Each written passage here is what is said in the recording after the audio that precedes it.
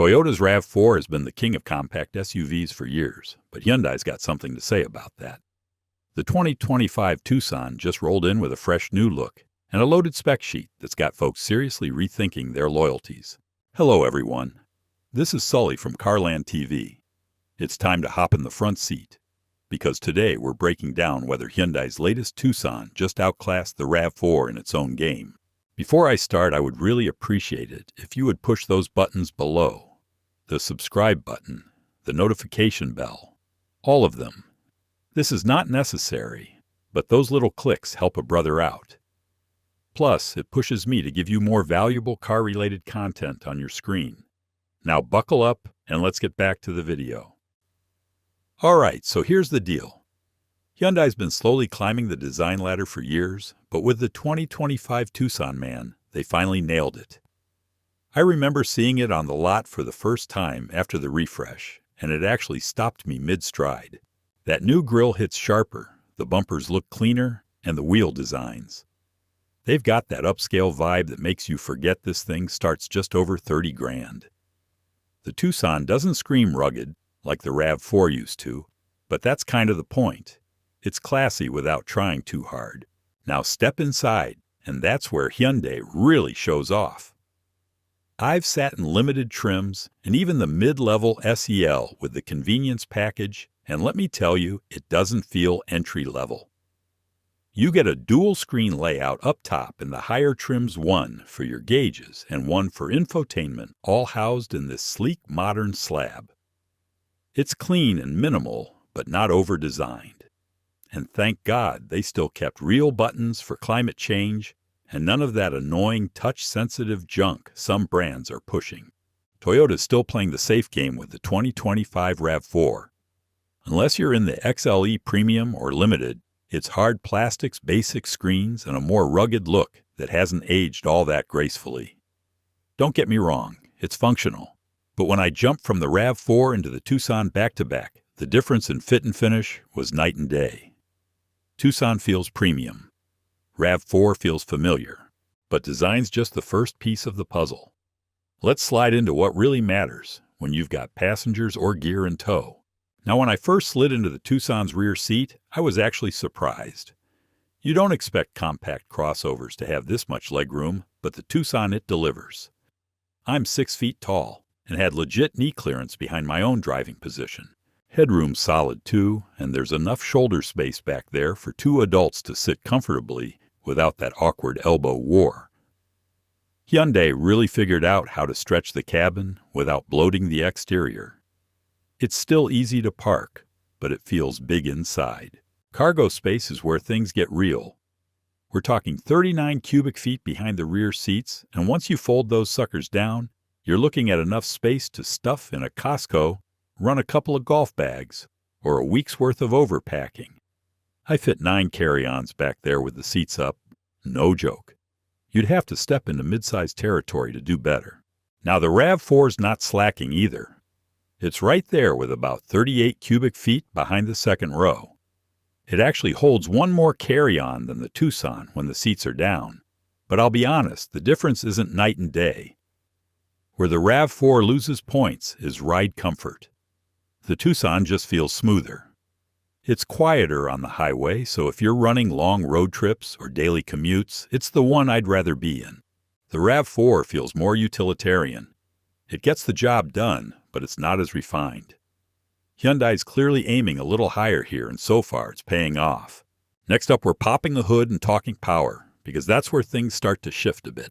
The 2025 Tucson comes with a 2.5-liter inline-4 that's good for 187 horsepower and 178 pound-feet of torque, paired with an 8-speed automatic.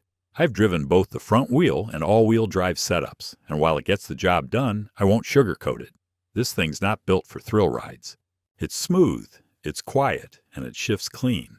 But if you've got a heavy right foot like I do, you'll find yourself wishing for just a little more grunt, especially on highway merges or passing slower traffic. Hyundai does offer hybrid and plug-in variants that feel quicker, but they're reviewed separately.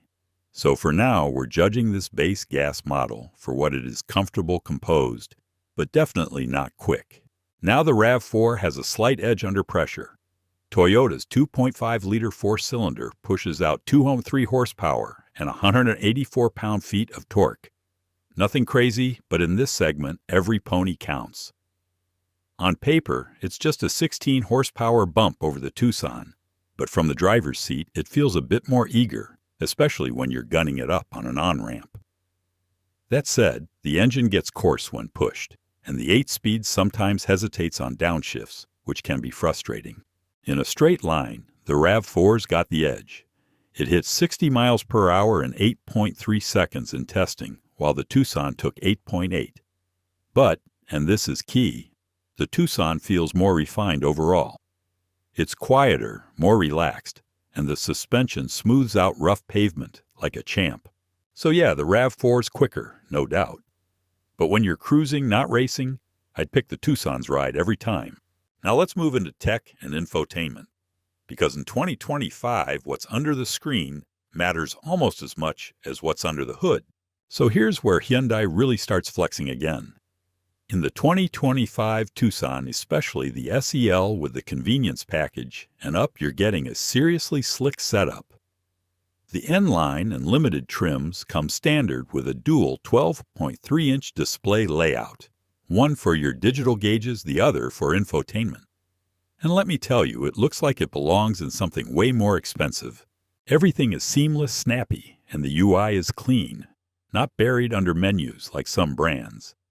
Even better, Hyundai gives you real buttons for climate control and volume, which I love. It sounds minor, but when you're driving and just want to adjust something without taking your eyes off the road, that matters. Now on the RAV4 side, it's a bit of a mixed bag. Toyota has finally upped their screen game with a 10.5-inch display and higher trims and a 12.3-inch digital gauge cluster on the Limited. But the base trims still rock an 8-inch screen with hard plastics around it, and yeah, it works, but it doesn't feel like it's trying to impress anyone. Toyota's system is user-friendly, and they've added wireless Apple CarPlay and Android Auto, just like Hyundai, but the layout still feels more utilitarian than upscale. One big plus for Tucson is the Hyundai Digital Key.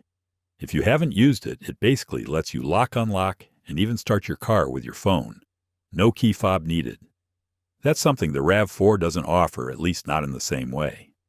So if you're into clean tech smooth screens and that premium cockpit feel, Hyundai's got the edge. Now on paper, both the Tucson and the RAV4 look like they play nice at the pump. The front-wheel drive Tucson is rated at 25 miles per gallon in the city and 32 miles per gallon on the highway, which is solid. But I ran a highway loop in the XRT trim, and the real-world number came in at 26 miles per gallon. That's not actually what I expected. Definitely short of expectations, especially considering the EPA highway rating. It's not a deal-breaker, but it's something to think about if your driving is mostly highway. Now flip over to the RAV4, and Toyota's got its fuel game dialed in a little tighter. The front-wheel drive model pulls an EPA estimated 27 miles per gallon in the city and 35 miles per gallon on the highway, and an actual 75 miles per hour testing the RAV4 TRD off-road variant, which is now discontinued, still managed 32 miles per gallon. With the simpler all-wheel drive setup for 2025, chances are the regular trims will do even better. In short, the RAV4 is more consistent when it comes to hitting its MPG targets. And yeah, you could say Hyundai's hybrids do better, but we're keeping this comparison strictly to the base gas engines. So from a gas sipper's perspective, Toyota wins. That extra range per tank might not sound like much, but if you do long commutes or road trips like I do, it saves time and money over the long haul. Now, when it comes to value and ownership peace of mind, Hyundai isn't just playing the game. The 2025 Tucson comes with a 10-year or 100,000-mile powertrain warranty, a 5-year or 60,000-mile limited warranty, and 3 years of complimentary maintenance. That's flat out better than what Toyota's offering on the RAV4, which taps out at 5 years or 60,000 miles on the powertrain, 3 years or 36,000 miles bumper to bumper, and only 2 years of free maintenance. I've talked to folks who've picked the Tucson purely for that warranty coverage. especially first-time buyers, or anyone who doesn't want surprise repair bills creeping up in year 6. Hyundai's saying, "We got you," and that matters in this price bracket. Price-wise, these two are neck and neck. Tucson starts at $30, 155 RAV4 kicks off at $30, 645. But when you factor in features, interior quality, and that insane warranty, Tucson punches above its weight. So yeah, Toyota still holds its rep for reliability, but Hyundai's not far off anymore, and they're backing it up with confidence. All right, here's the bottom line. Objectively, the 2025 Hyundai Tucson has closed the gap on the RAV4, and in a few key areas, it's even pulled ahead.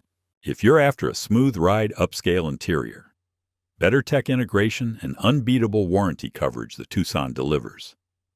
It feels more refined inside, offers slightly more rear seat room and packs, in features that usually cost thousands more than rivals.